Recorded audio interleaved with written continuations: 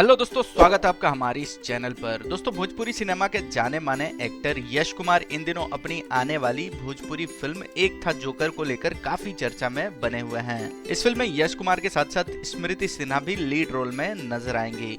दोस्तों, इस धमाकेदार भोजपुरी फिल्म का ट्रेलर रिलीज कर दिया गया है, जिसे दर्शक काफी पसंद कर रहे हैं। इस फिल्म के ट्रेलर को एंटरटेन रंगीला के ऑफिशियल यूट्यूब चैनल से रिलीज किया गया है। इस फिल्म की कहानी बहुत ही ज्यादा इमोशनल और दिल को झकझोर देने वाली है।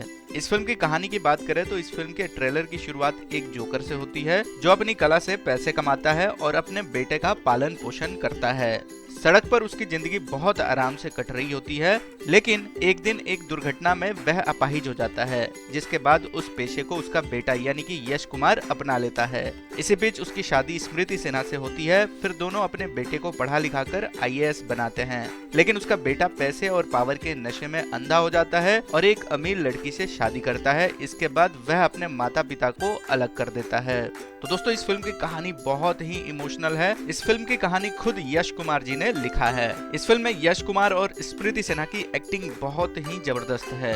इस फिल्म के स्टार कास्ट की बात करें तो इस फिल्म में यश कुमार, स्मृति सिन्हा के साथ साथ विनोद मिश्रा और अमित शुक्ला जैसे बड़े कलाकार आपको एक्टिंग करते दिखेंगे।